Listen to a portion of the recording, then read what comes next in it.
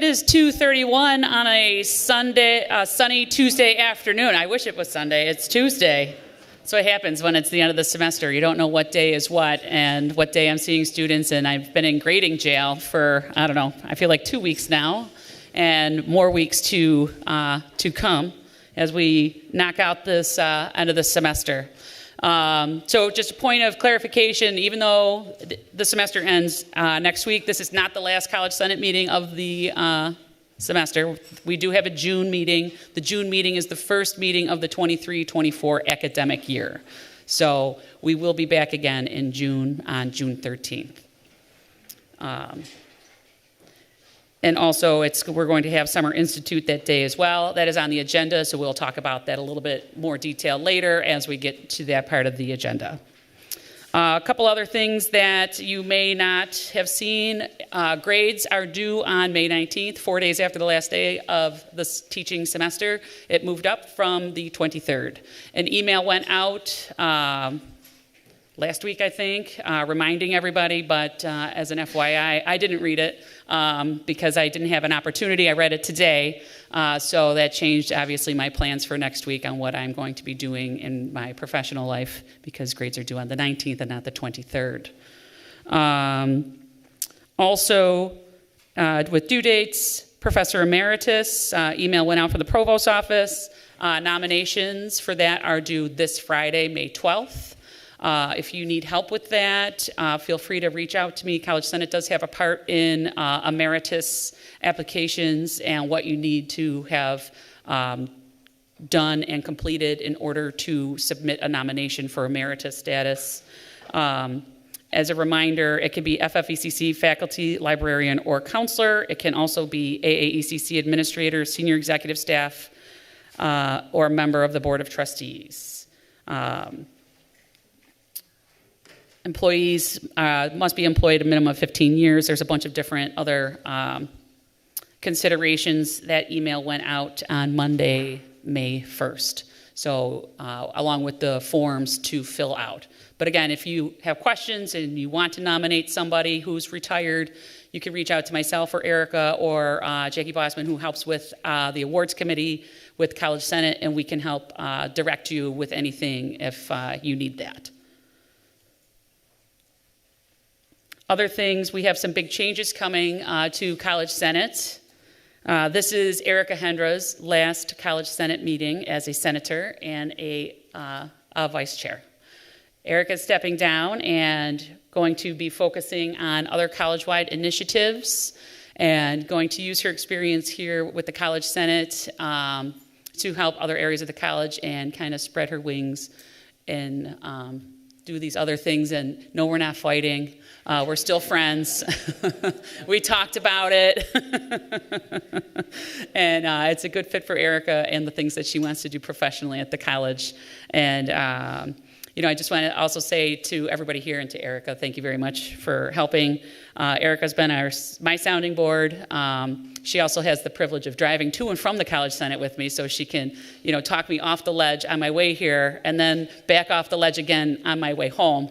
And so we discuss and digest everything that happens before, during, and after College Senate meetings, because there's numerous emails and phone calls on the way up to the meeting. Then we have the meeting, and then I'm usually on the phone for several hours in the car on the way home after the meeting as we all work through the different things that happen during the meetings. Erica was with me through the pandemic, and we learned how to do the biggest college-wide meeting remotely with more than 10 people. We had like 80, and we figured out how to do that with all of our animals that would visit, and sometimes my children, and we would kind of figure out what we were doing and all this, and it was amazing. And I'm going to miss Erica, but thankfully she lives around the corner, so I can stalk her, and she won't miss me. Additionally, we have Jason Steinitz, my rock star, in the front row. Jason is also stepping down from Senate and the College Senate Executive Committee. Way back when, 7 years ago, Jason and I he was part of Senate a little bit longer than me. I was a new senator, and we did not like the way things were going down in the Senate. We didn't feel that governance was working the way governance is supposed to work. So Jason and I nominated ourselves for a chair and vice chair at that meeting. It was a surprise to everybody in the room, and we won. So I've been the chair ever since. Jason was my first vice chair, and we helped mold the Senate into a true academic body that did governance college-wide as a team and together with everyone and all assets of the college. And then when Jason was done with vice chair, he stayed on with executive committee, and then Erica took over. And during their time with me as I was chair, we were able to move all of the academic committees of the college underneath the college senate, which is humongous. It's something that we had been working on for 7 years. And we were finally able to accomplish something that other community colleges across SUNY already had it in place, and now we are operating the way we should be. So I'm going to miss these two. I want everyone to make sure that they know that their impact on shared governance at Erie Community College was tremendous to how we operate our things today. So I just want to say thank you to them and give them a little round of applause because we're going to miss them.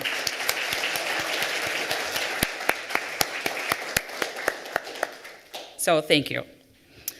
So with that, I'm going to turn it over to the report of our officer in charge, Dr. Adam Sagai.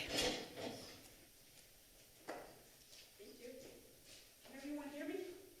You gotta do the mic, or the stream doesn't pick it up. Okay. Good afternoon. Good afternoon.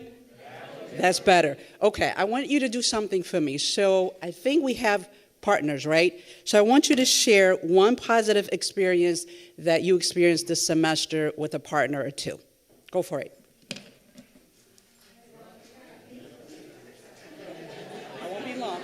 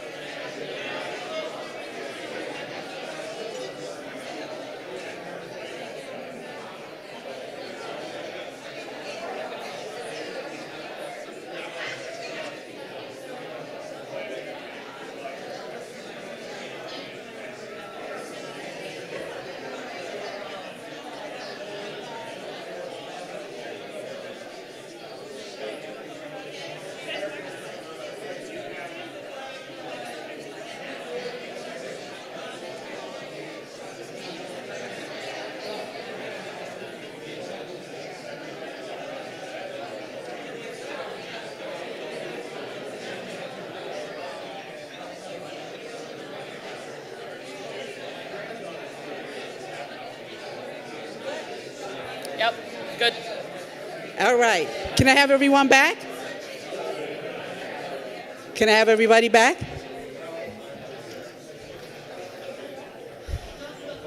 See, that's what I call engagement, right? So I want to be respectful to our time. Thank you, Andy. Thank you. I want to be respectful to our time. So let me get a couple positive that your peers share with you. Who want to volunteer? Come on. Yes, Ian. All right. Well, the Culture Club hosted a lot of student-focused events, and we started to see student life on campus start to improve. Absolutely, and we're seeing that evidence by our posting, right? Everyone that has Facebook, you're seeing that. Okay. Who else want to share? Here. I was impressed to hear that 32 out of 33 nurses will be graduating this semester. Absolutely. And when are they graduating? When is the ceremony? Well, the penny is on Friday. Friday at 6? The ceremony is Friday. Very excited. Can't wait to be there. Absolutely. Yes, who else? And we're going to have the cameras there, right, Mike? To show. Absolutely. Okay. He is now. Okay, one more. What about others? What's positive? Nobody had positive except, yes, thank you, Brian. Brian. Stephanie ran her chemistry labs in a classroom this year at Oak. Outstanding, right? Thank you. One more? Yes, thank you. Jeremy said we dealt with adversity this semester, and we did it well. Absolutely, right? And the reason why I thought this was important is that sometimes, because we are doing so much of the work, we don't take the time to really see the things that we're doing and the impact that we have.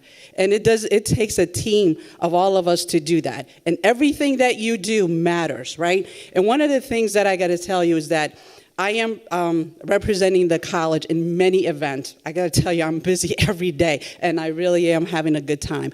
And the reason why I'm having a good time is that I'm able to go and tell individuals and organizations that we're here.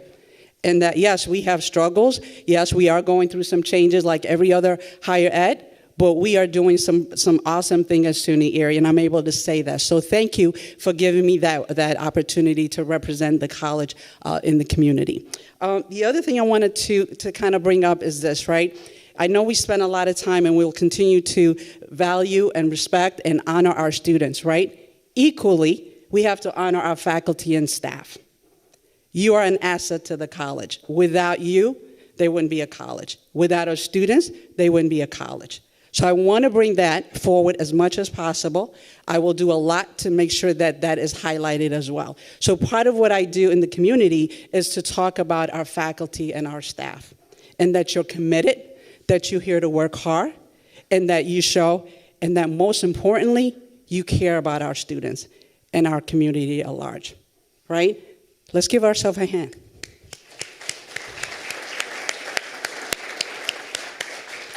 So part of what we're doing is making sure that we are developing within. I believe that fundamentally that's what we do. And I think I have demonstrated that very well, right, with the senior leadership that we have at the college. And so I'm happy to tell you that yesterday during our special board meeting, we were able to have Maureen Ringer to be the director of HR, an interim director of HR. So can everybody give a hand to Maureen? So, Maureen, I'm going to put you on the spot.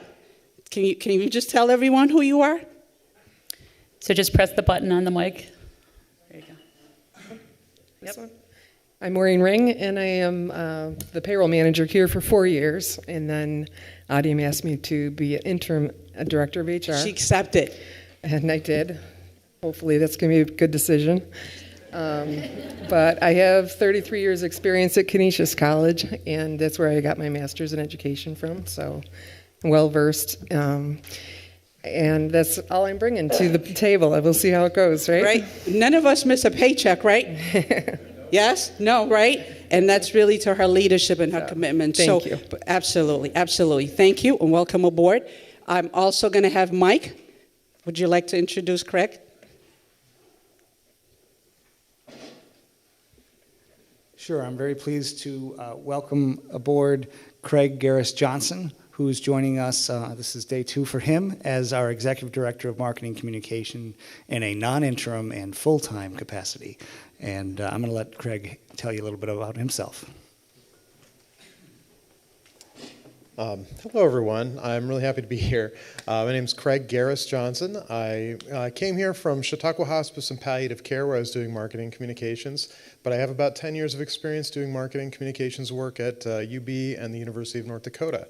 I'm very excited to be here, and I look forward to getting to know a lot more of you. Thank you. Thank you so much. Welcome. Thank you. So with that in mind, I know there's been a lot of question about who's where, how do we get in contact with people, because we've been moving individuals and areas a lot, right? And so part of that work, we've been working with HR to make sure that is in Workday. So it's my understanding as if this 2 o'clock today, everything is updated in Workday. And what we'll do is from HR, we'll send you the link how to go into Workday to see where everyone is at, right? So what we don't want to do is send you spreadsheets, right? We want to make sure you have the ability to do that. So effective today, you should be able to see who reports to who. That is part of our realignment initiative that we've been doing, right? It's a continued process, right? It's not over yet, but I could tell you I'm confident right now how we have aligned student affairs, academic affairs, finance and budget and facility. It makes sense for now. but we may have to change and adjust appropriately. But what we want to do is that we want to make sure that our staff and faculty know where things are and who reports to who and who's doing what, so we're not duplicating efforts. But more importantly, our students. Our students should know where the dean's office are, right? Our students should know where the academic deans are, right? We should be able to do that, and we should be able to direct them appropriately. So we're going to work with facility as well as IT to make sure that the phones and all of that is connected to that. Just give us a little bit of time. I want to thank you for that, because that's been a long time process, but there was a reason for that. We want to do it intentionally, and more importantly, we want to make sure that we are student-ready college, right? That's a difference between college being ready versus student-ready college. That means that we want to make sure our operation and where we are and our positions are ready to serve our students. With that, I would like Colleen Reedy to give us a little bit of update in terms of what we're doing on the student affair. All right, thanks, Sadia. Hi, everybody. So we've had some end-of-semester events going on that included faculty, staff, and lots of students. Last week, we hosted the Men of Merit end-of-semester luncheon, which was heavily attended by the mentors for our Men of Merit program, the students, obviously, faculty, staff. It was great. Great event. We gave out some awards academically and others for our Men of Merit students. We also hosted through the MOMS program, and again, we had participation from lots of faculty, staff, and students. Zanetta Everhart was a guest speaker last week, again hosted by MOMS program, but open to all, and we had a really great attendance. And if you don't know who she is the director of diversity and inclusion for Senator Tim Kennedy. She's got quite a story, but that was a great event, really brought the communities together. We had SGA elections. We had the most students running for the first time in a few years. So we've had elections, we have officers, we have just a couple little spots open, but we think those are going to be filled shortly. And we have a wonderful group of new students that are going to be taking over, and a couple that were already involved that won the elections as well. So that's exciting. Tomorrow is the awards banquet for athletics. So that's tomorrow, big celebration, obviously. And lastly, we're just in the process of planning an in-person, it's a biggie, an in-person orientation this summer. In August, we will have in-person orientations at each of our campuses, August 22, 23, 24. Much more information will be coming out, but it's going to happen. Look forward to setting this out and getting all of you involved, I hope, or many of you. Thanks. Thank you. Thank you. Part of it is that we are going to work with our marketing team to create a calendar so that all of us know when these events are occurring, so that depending on your schedule, particularly our faculty, to be able to attend those. So we'll be working on that to make sure that everyone knows all these wonderful things that we are hosting at the college. The other thing that we're doing very intentionally is bringing the community into our college. So one of the events that we are hosting is bringing the Western New York presidents to have their conference here on May 24. Our culinary is hosting them as well. So it's really to show off what we do as a college and the fact that we are here, right? And we want to make sure that we're serving our community well. So we're doing that. Before I get into one more, I want to thank Erica and Jason for their service at the Senate, right? This is another leadership for the college. So again, let's give them a hand. Thank you. Thank you. Lastly, as you know, this week is a very difficult, certainly personally, it's a very difficult, May is a very difficult month. I lost my own mother during the month due to COVID. We also had the 514. So I would like to ask the Senate body to take a moment to honor the 514. Let's take a moment.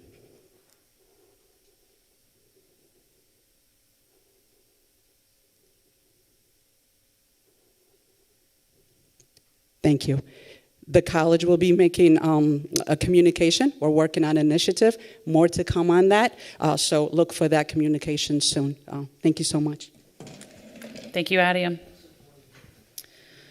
Okay, so next up on the agenda, we have the approval of the minutes from the April 2023 College Senate meeting. Can I take a motion to accept? Jason Steinitz, second. Tom Webb. Any questions, comments? There's another word I'm supposed to say that I can't remember. Objections? Any objections? All right, the motion passes by consent. Thank you very much. All right, we have quite a bit under governance to get to today, and I'm going to turn it over to Michael Reel. The first thing we're going to talk about are some proposed bylaw changes. I'm going to pull them up. Essentially, and I'll let him talk about it more, is here are the bylaws. Again, they're posted. There's copy edits in green and yellow. A lot of it is taking words out such as it to change to the College Senate, right? To make things more concise, take out gendering different positions and turning them to they or them, and then deleting things that are duplicated, and then a few other specific items. Michael, do you want to take it over?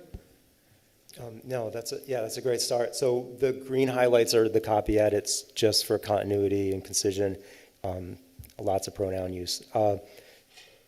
Then the yellow edits are introducing new language to the bylaws that we can open to discussion when we make a motion to vote next meeting, but can also address this meeting if you have questions.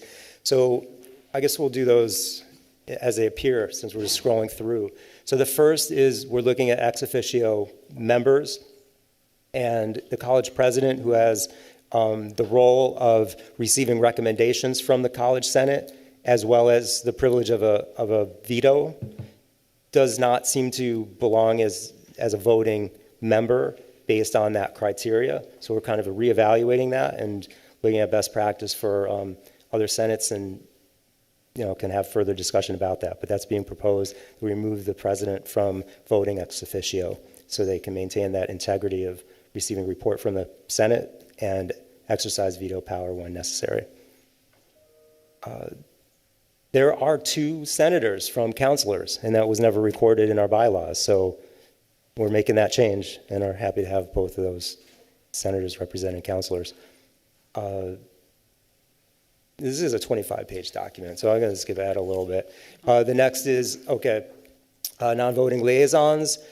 In the past, we have historically struggled with having representation, consistent representation, and representation in attendance at College Senate meetings for all kinds of reasons. So in recent years, appointments have been made by the college to the Office of the Provost. We just need to acknowledge that that's a practice that we're considering and have applied in the past. So we need to formalize that. Okay, so responsibilities of officers. There are a couple changes here. The first is for the chair, and we are working on a resolution to include shared governance representation at search committees. And so if that resolution, which will be discussed probably at the next meeting, when we will revisit the recommendations that we're making to the bylaws today, since we can't vote until next meeting, that change will stay or be altered or adjusted or amended based on our discussion next meeting on the resolution to have shared governance representation at search committees. Vice chair, easy change. Vice chair currently convenes faculty caucus meetings. We'd like to formalize that role. I think there's only a couple other changes in content. All this is great. These are the new resolutions that we've passed over the last year and a half. The copy edits are just, again, you'll see what's going on when you take a closer look at those. No language is being changed to alter the intent of any of those resolutions that have passed in the past. We need to clarify the eligibility for the secretary if we are looking at the appointment process for liaisons, as well as any role that shared governance may have on search committees. So as the chair and the vice chair eligibility for those positions include librarians and teaching faculty only. That might be it. There's probably something hiding on the last page or two, and we're almost there, so.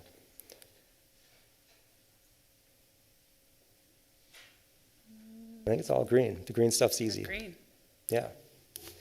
So, questions regarding bylaws changes or recommendations for those changes at this time, or you want to save that discussion for June when we're all going to be here? Right, and they're enjoying the June meeting. posted too, Yeah.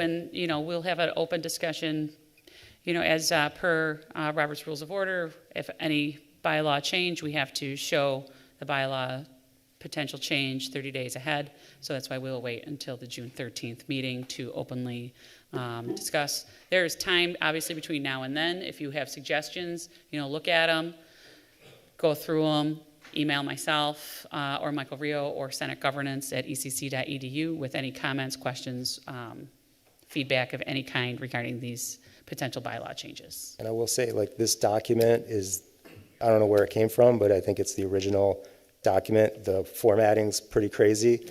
There's already a typo on page 5. I know about it. When you see it, send me an email anyway and say, what's going on?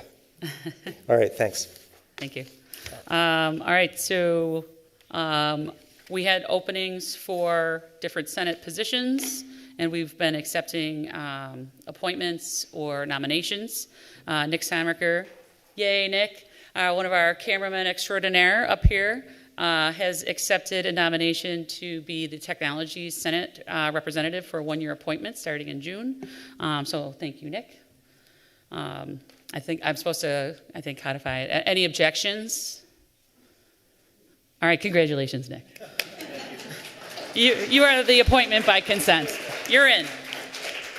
All right, and then chair and vice chair elections. I'm going to turn it back over to you. I don't know. Should I do them? Sure. The nominations are open until we call the vote. Any nominations for vice chair? Keep in mind that vice chair eligibility must include teaching faculty or librarians, full-time or part-time. Anyone can nominate.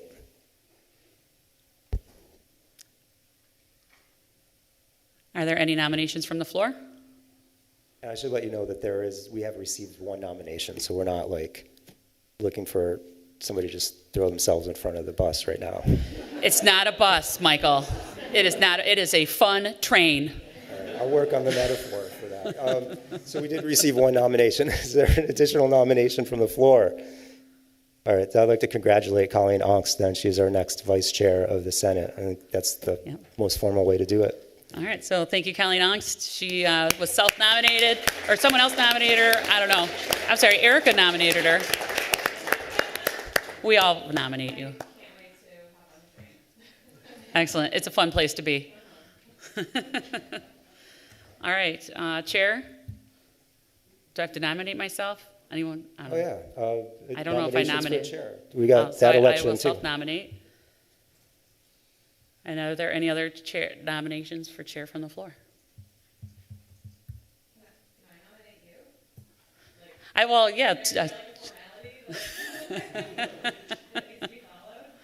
No, I think we're good. Any other nominations from the floor?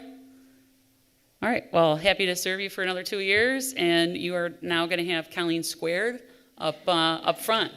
Woo! And then occasionally we'll have Colleen Reedy, and we'll be a cube. So, all right. Thank you.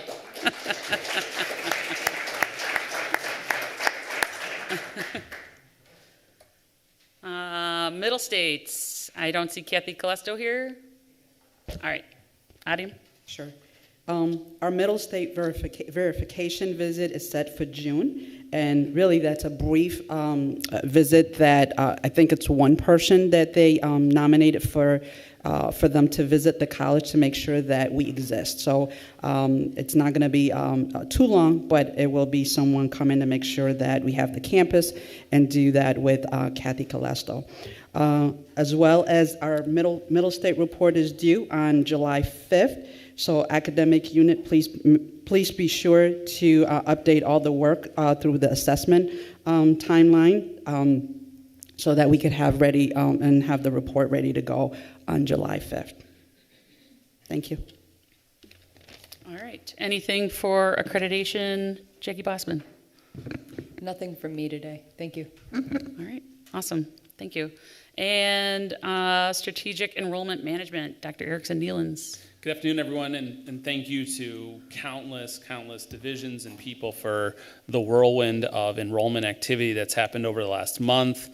We had our current student registration event, so thank you to Adrian, Colleen, department chairs, faculty for helping to register our current students 2 days in April. We had our open house, and then we had our new student registration event on May 2nd. And big thanks to Colleen and Chris Polinsky, Adrian, many others for helping to coordinate that event. So I wanted to share here some updates related to those. Our open house was very well attended, so big appreciation to Phil, the admissions team. I mean, it was busy, which was exciting, right? I was able to have the opportunity to go to all three. We're still taking feedback and analyzing the results from open house to figure out how we can continue to scale and keep the momentum successfully for next academic year.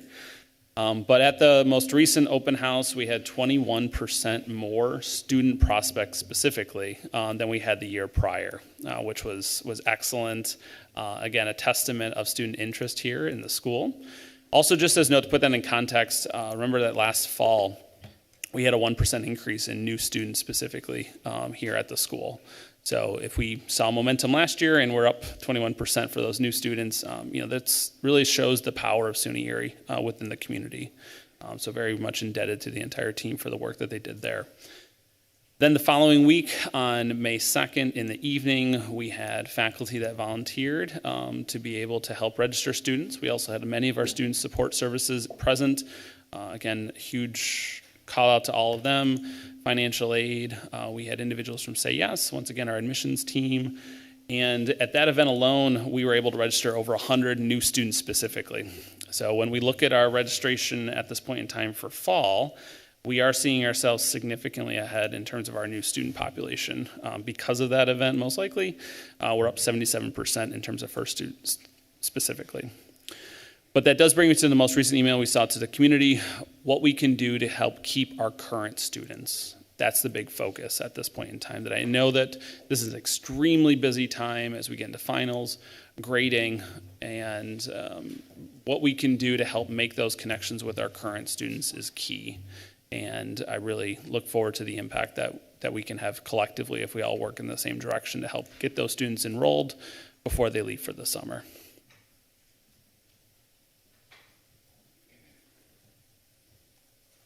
Any questions for Erickson?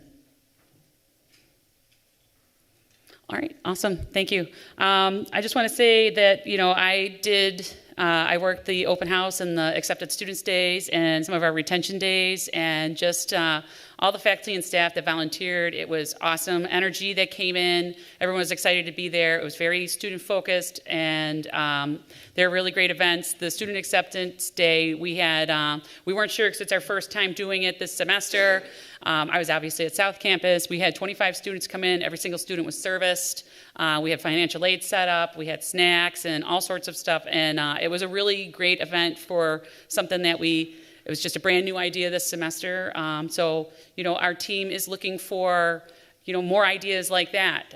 That was born out of, as some of us faculty are getting older, our children and going to college. So we're experiencing what our kids are experiencing once they are going to other schools and with open houses and acceptance days and things like that. So if you are in that area of expertise, we'll say, with children going through these college experiences, and you go somewhere and you're like, wow, that was super cool, please pass that super cool idea over to us, because we would like to do those things too. So, we depend on all of you and your experiences outside of the college to bring them in to help make our place a better place for our students. So thank you. SUNY Erie facilities report. I know there's not much, but do you have anything to add, Paul Daniel? Is the light on? There we go. Yeah, there's not much new with the bills. They did start actually excavating. If South townspeople might see that.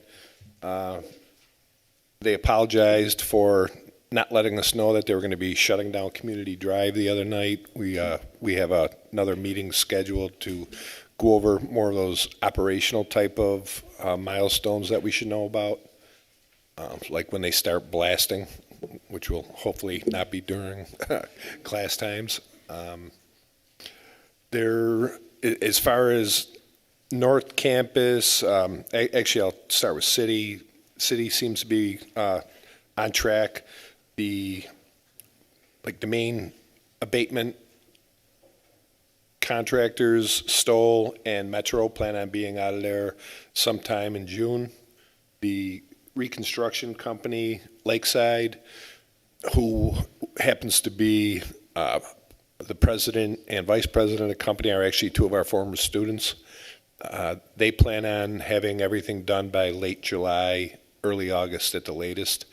And even that would probably only be like two of the more severely damaged classrooms or areas, the bookstore, which is actually well on way to the recovery, and 460.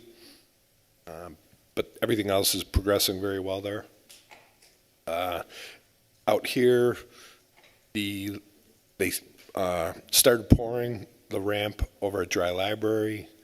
The ramp at Spring is mostly done. I think we just have to get the railings on there. And if the railings were going to be delayed, they were going to put temporary railings on there to get that opened up. As you know, if you're here, they started the windows and doors at Spring. We asked them to schedule any of like the future window breaking for earlier in the morning, like 6 a.m. when nobody's really here. They, again, apologized. They didn't realize it was going to be so loud. I don't know why they wouldn't know that, but one of the next kind of inconvenient projects is the mosaic tile map in the G entry. They're going to be ripping that out in its entirety starting, I believe it's June 5th. It's right after one of the events, student events that I think Erickson's having.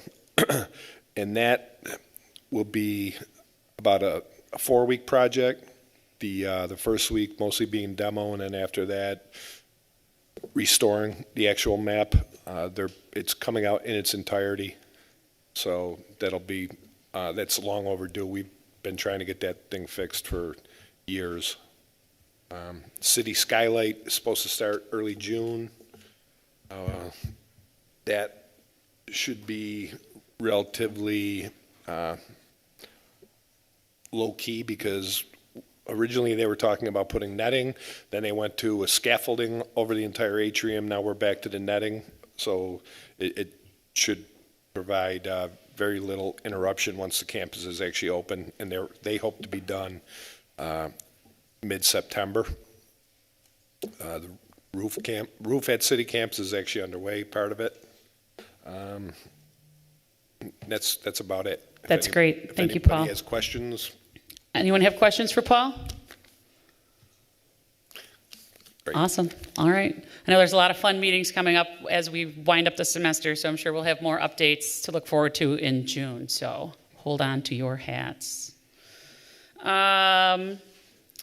Graduation. Dan Frontera. 2 weeks. 15 days. We are on target. Huge thank you to everybody on this committee. I know Andy Annecy has had one hell of a lift to get our lists correct. We got that today. Everything is in line. We're doing very well. Like I said, there's been some amazing work done by this committee to put together a really solid student experience. Any questions, any concerns? I got one. All right. Just because I want to, no, it's a good one. So, Dan, if faculty and staff want to attend graduation but did not sign up for regalia, can they still come?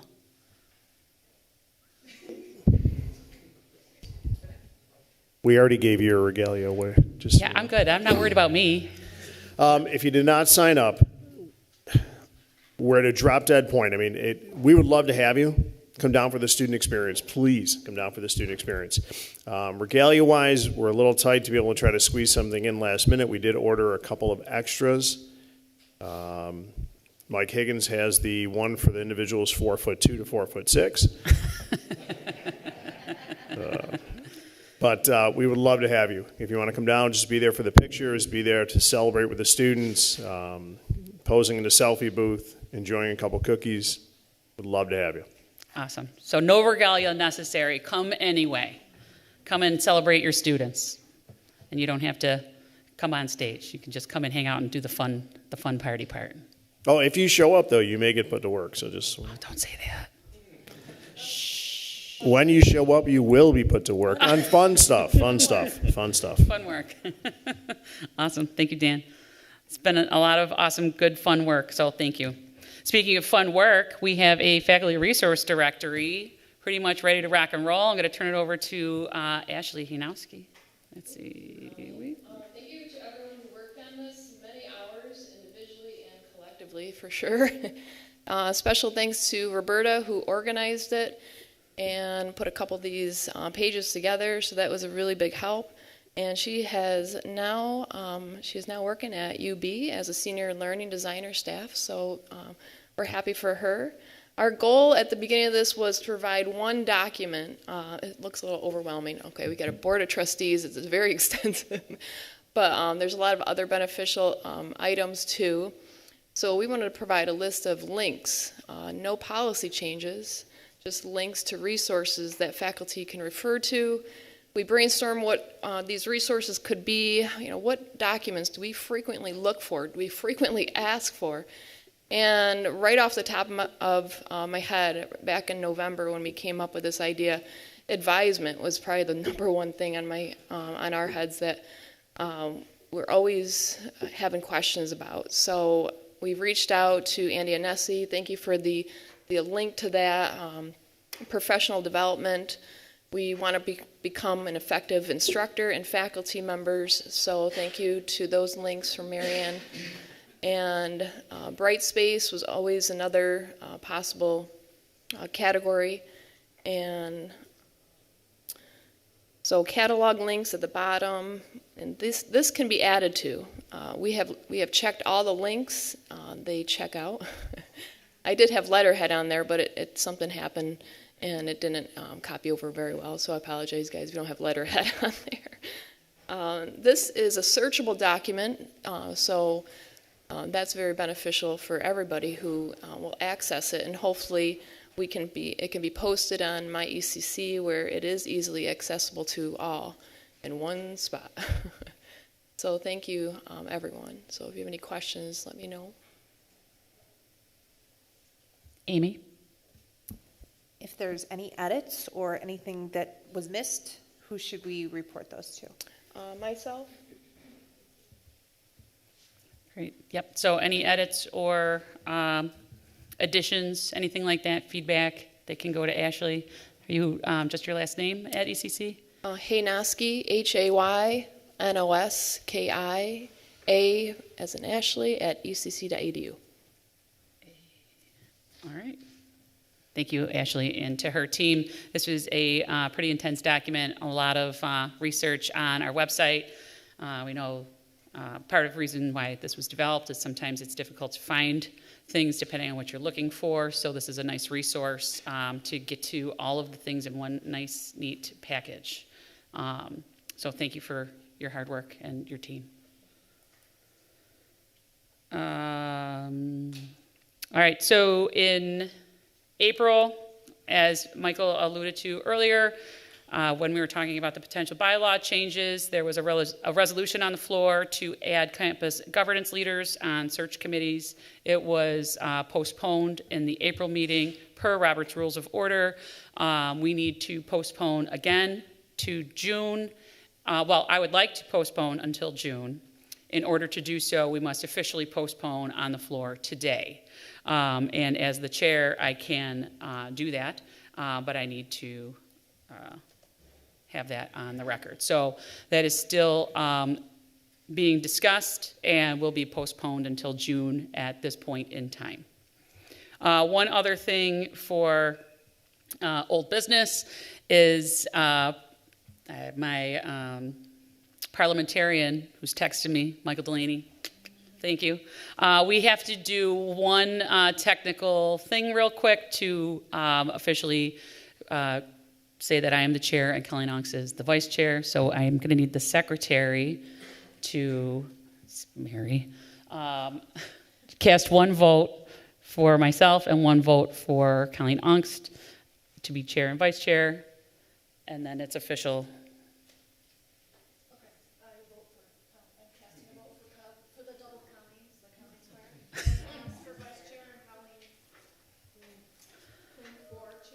All right, they're done. All right, now we're in line. So thank you, Michael Delaney, virtual from wherever you are, keeping me in line. Okay, new business. We did talk about the Professor Emeritus nominations. I don't think there's anything else to add to that. And next up is Summer Institute. I'm going to call on, there she is, Dr. Marianne Partee.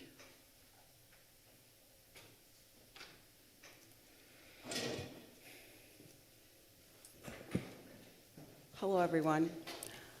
What we have is a brief draft of some of the issues that the college is working on. So the Summer Institute has been moved to a day we thought would be collectively more convenient. So if you notice, the date is going to be Tuesday, June 13th, which is the day of the last college senate. So it'll be one for all kind of day.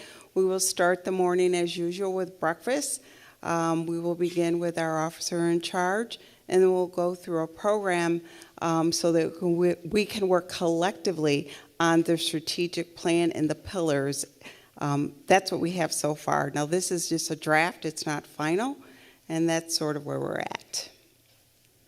Great. Thank you, Marianne. So, Marianne, let me ask you. So, with Summer Institute coming up as a non-contractual day, in the past, we've had a committee of 10 to 11 faculty members that worked with CPD to come up with topics of interest for faculty during Summer Institute. Is that still going to happen and be part of this agenda? As it stands today, that plan has not been met. I could tell you that I expect for you to come excited and wear your ECC gear that we'll be pushing out because we haven't been together. The plan for the day at the top, if you back down a little bit, the goal is to come together, strategically planning to move forward together. So with all of the changes coming back from COVID, the new changes that have taken place, it's a day for us to collectively be together. There may be time in that agenda for some of the things we've had in the past, but to say that for sure, I'd have to defer to our officer in charge. Okay, thank you. So for clarification from my point, just so that we're aware, pre-COVID, and actually even during COVID when it was, we titled it a summer explosion, right? And we focused on topics that faculty and staff were excited to learn about and needed to know about. In the past, we've done Narcan training during a point in time in which the heroin epidemic in Erie County was skyrocketing. We have done LGBTQ training, English as a second language, diversity workshops. We've done book clubs where we've read books. This was the last time that faculty input was taken into account for Summer Institute. It was last year. Erica led a book club discussion, and it was slotted during lunch. It was a really good book. I should probably show that again. Think Again by Adam Grant. We have also done things on social media, and actually where it extended beyond just our faculty and staff on how much social media influences our classrooms, but also our students and our families in particular. I learned about vaults on phones.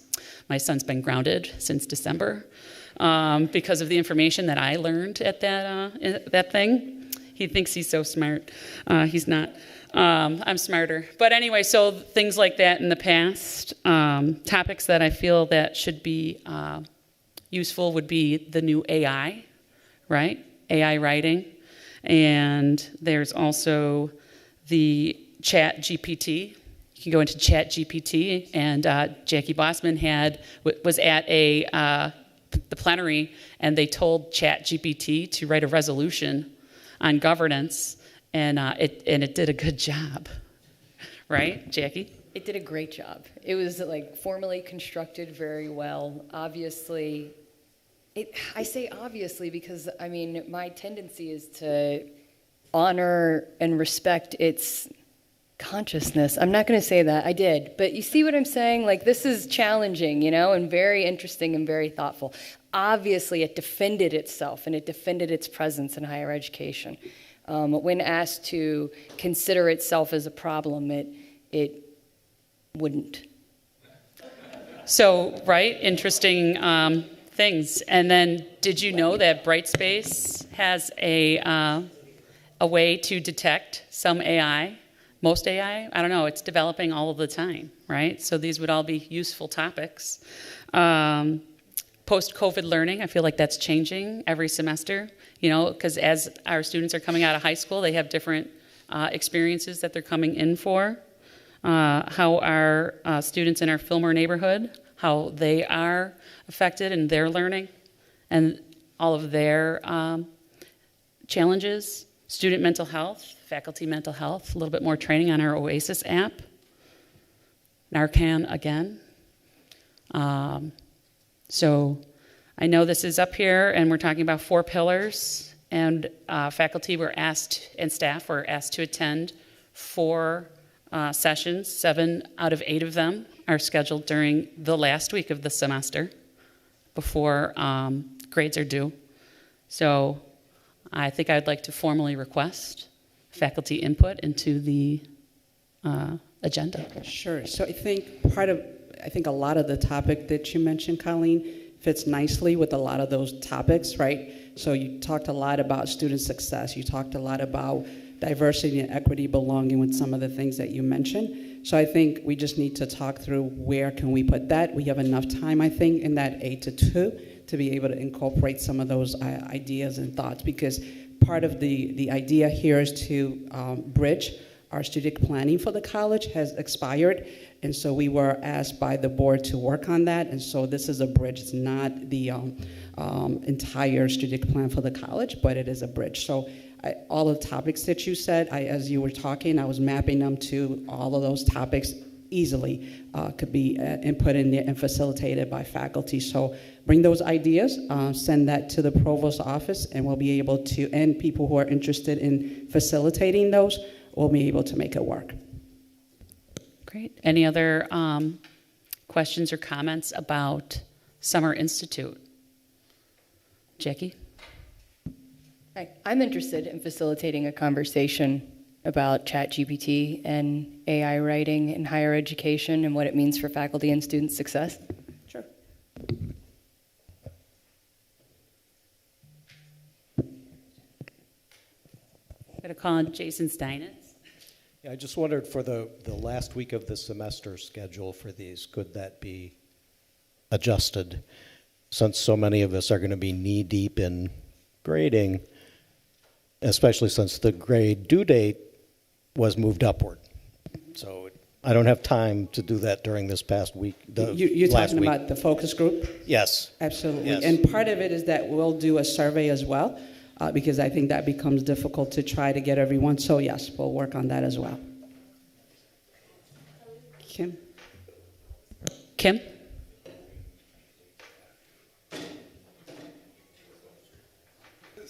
Thank you. With the focus group times, the ones for student success, are they all going to be at 4 o'clock? Because that's the end of the day for most folks. Yeah, we took that feedback and changed that. I think part of the struggle, and that's a challenge for everyone, timing is a big deal because we know a lot of our faculty and staff is serving the students. So we were trying to align as best as possible. Certainly, we'll have a different timeline for that as well. Marianne? So as we leave today, be clear, this is just an agenda. It's not set in stone. It started the conversation. As Dr. Sagai has suggested, if you're interested in a topic, those are overarching themes that we have to look at. Please send what topic you would like to have a session on, along with who will be willing to lead that session. And if I understand it, that's going to go to the provost's office and not CPD, not to me. I'm sorry, that should go to you. I'm sorry. She said the I'm just provost's used to office. saying the provost's office. I like that first vision. But anyway, if you want to do it, please don't just say you're interested in this.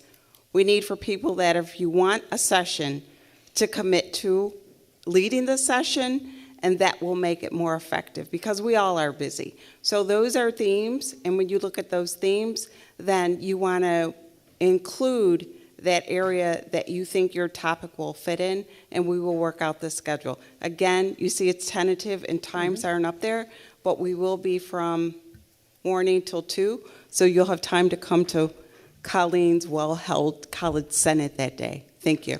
All right, back-to-back events of fun, right? Could I ask that you get that to the office soon? Maybe by Friday? I think Friday's fair, right? Because Thank then you. that gives us 1 month to plan because it will be June 13th. This Friday is May 12th. Leading up to Mother's Day, everybody think about your moms and all that good stuff. Forgot that was this weekend. So everything's just flying by, isn't it? Let me pull the agenda back up. So for the good of the order, one of the things that's going to be coming up in June, we're going to be talking about ways to do, bye Jason. Jason came, he's got 2 new knees, he's the bionic man, just so you know.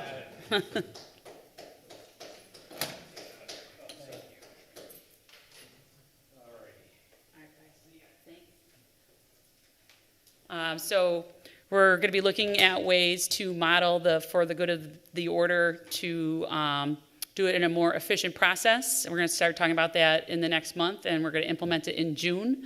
Some of the things that we're looking at is to model similar to school boards where you might sign in with a topic of discussion, and then everyone gets a certain period of time that will time, because we found that it is a useful portion of the meeting, and we do have a lot of information that is shared at the college, so that way if we're running close towards ending a meeting, that we can make sure that all points and questions can be answered.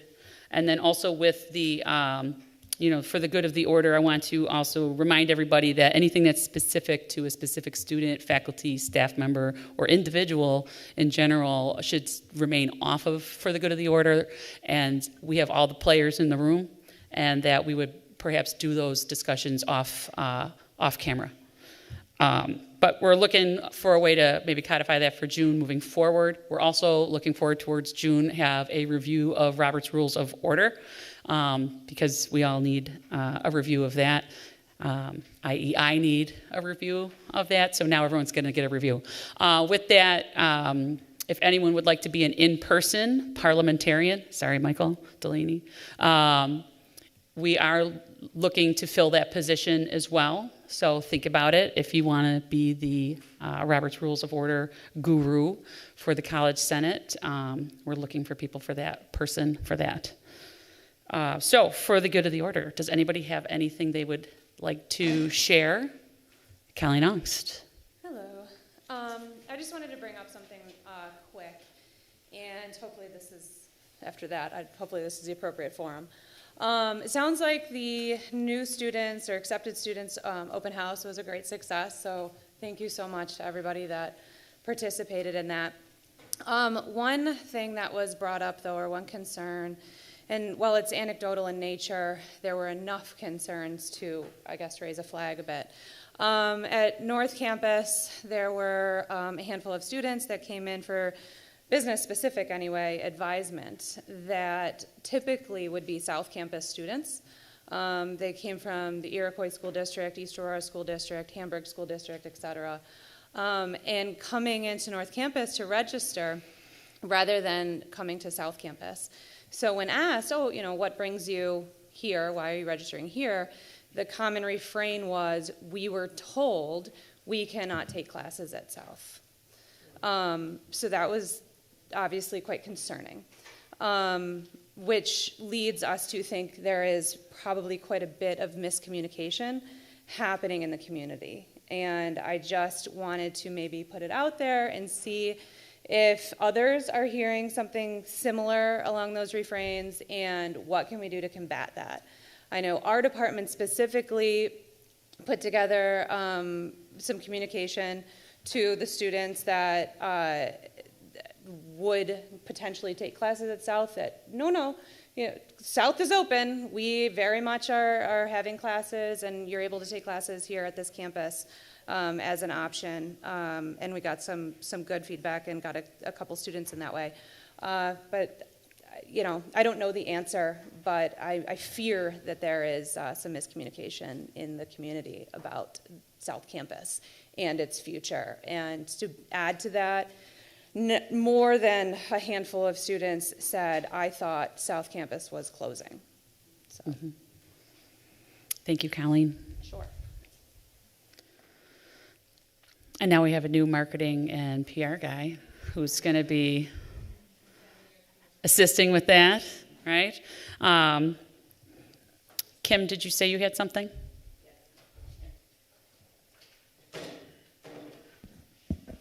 Hello. So there will be a second annual student conference. It's going to be held in the fall semester, October 4th from 10 to 2 at North Campus. I have in my hands handouts for requests for presentations that I would like passed around the room. If anyone is interested, and I hope that you all are, please submit proposals for your presentations. You may contact Colleen Reedy, Rosalind Jones, or myself if you have any questions. Thank you. Thank you. Amy?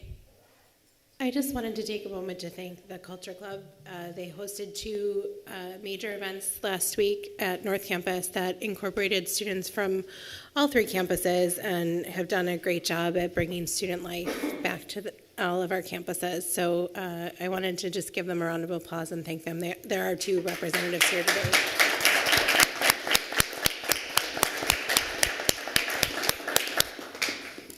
Yes, thank you. It's been a lot of hard work that group has done, and it's very exciting to watch. I heard your party was great. I had lacrosse with one of my thousands. There's only 4, but it feels like there's 1,000 children at my house. So I was at lacrosse, but I heard it was a great event. So thank you. That's really cool stuff for our students. Andy? Yeah, so I think we've all probably heard through various meetings, especially opening days, big events like that. There is a big change coming in terms of the new SUNY Gen Ed framework that goes into effect in fall 2023.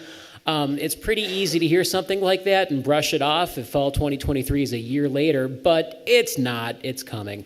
There's going to be an explainer document sent out. Actually, Erica's been kind enough to offer to send that out as a part of the Faculty of the Senate listserv communication. That's also going to be posted to the GAP General Education site. It's only 4 pages long, and it starts with a summary of whatever comes afterwards, but it should be enough to at least clarify some questions that you might have about the new Gen Ed framework and make sure that you've got the necessary contact information for anyone who might be able to answer more questions if you've got them. Great, thank you. I'll also send that out on the Senate email later this week, too. Michael Higgins? Can I just ask a question or, say something about the change in the due date of final grades? You may. Okay. I am completely aware of the number of contractual days we have to submit grades after the last day of the semester. I was kind of curious as to why it said the 23rd originally in the posted academic calendar on ECC, which I still believe hasn't been changed. On Brightspace, I originally listed my last due date for assignments to be the 19th to give me time to grade by the 23rd. I do not need more time to grade. My students need more time to submit work because I originally told them they had to the 19th to do it. so I could get grading done by the 23rd. At this point, it has nothing to do with faculty needing more time. It has everything to do with students scheduling their time to complete assignments. I did the same thing. My last due date for my students is May 19th because it doesn't kill me to have 4 more days to allow them to hand in projects. So I'll also be scrambling. If it could go back to the 23rd, that would be fantastic for my students especially. I don't know anybody else's, in which I gave them to that day, to the end of business day Friday to get stuff done, and I can't turn around and grade X number of assignments by 4 o'clock. I think many of us are in the same boat. Erica and I talked about it on the way here. She did the same thing because, again, if they were due the 23rd, it's a Tuesday, they hand them in on a Friday, I have a weekend to get any of the stuff done because our students are busy. Our students are traditionally non-traditional, right? Our average age of our students is 27. And, they have lives, just like we have lives outside of their academics. So I'm in the same boat. I'm excited. If it can be changed, how soon could it be changed? Could it be decided at this committee right now? I don't know. I don't know either. Adrian? That date is a contractual date. It can't be decided here. It has to be negotiated with the FFECC. It's in the contract. It's been in the contract since at least 2005. I think the point was that we know it's in the contract, but that if the college is going to put something on the college website with a specific date and people create their calendars in January for the spring semester, it's hard to adjust at the last minute. Andy Heisey? Speaking of the creation of calendars, for the good of the order and everyone who goes to advise students for the fall, I was doing so today, and the student asked me what day does the fall semester start, and I could not find that in the academic calendar because it's not there. So I have an update on that. I had the academic calendar that was originally approved by the Board of Trustees in October. It was posted on the Senate site. I was asked to take it down because there will be a change on the graduation date, but that change won't happen until the May 25th Board of Trustees meeting.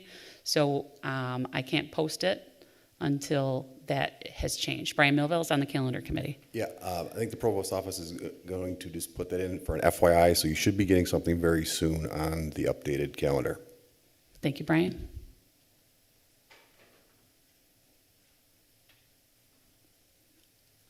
Anyone else? Well, it's sunny and it's been garbage outside for a month. I'm giving you 22 minutes back of your day. Happy end of the semester. Enjoy some sunshine before you're all stuck grading, etc. Have a lovely couple weeks. We'll see you in June. Thank you, everybody.